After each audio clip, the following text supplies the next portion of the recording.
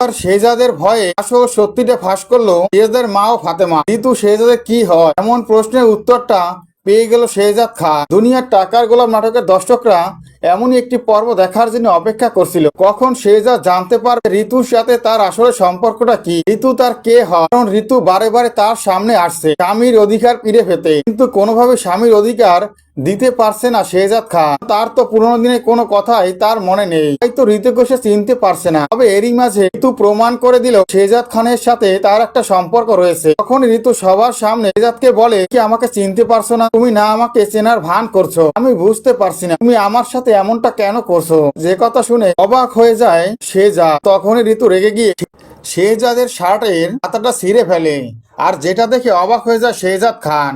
শেহজাদ খান দেখে সেখানে ঋতুর নাম লেখা আছে। আর তখন ঋতু বলে, তুমি কি এখনো আমাকে চিনতে পারবে না? এই নামটা আমার নাম লেখা। তুমি অনেক কষ্ট পাচ্ছিলে, আমাকে শক্ত করে ধরেছিলে, এরপরে তুমি অনেক কষ্ট সহ্য করে এই নামটা লিখেছিলে। তুমি তো আমাকে অনেক ভালোবাসতে, তাহলে তুমি কেন আমাকে চিনতে পারছো না? আমি বুঝতে পারছি না।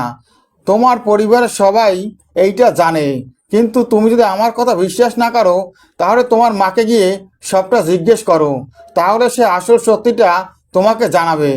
যে কথা শুনে অবাক হয়ে যায় শেহজাদ। শেহজাদ সাথে সাথে বাড়িতে চলে আসে আর এসে বলে, মা, ঋতু আমার কি হয়? ঋতুর সাথে আমার সম্পর্কটা কি?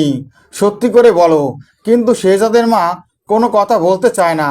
যে কথা শুনে খুবই রেগে যায় শেহজাদ। শেহজাদ বন্দুক তাক করে আর বলে, সত্যি কথা বলো, আমাকে জানতে হবে। বন্দুক তাক করা দেখে খুবই ভয় পেয়ে যায় শেহজাদের মা।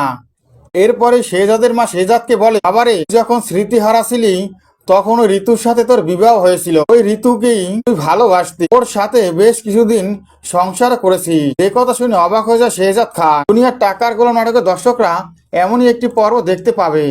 দুনিয়ার টাকার গোলাম নাটকের পরবর্তী আপডেট পাওয়ার জন্য আমার চ্যানেলটি সাবস্ক্রাইব করে বেল আইকন অন করে রেখো। ধন্যবাদ।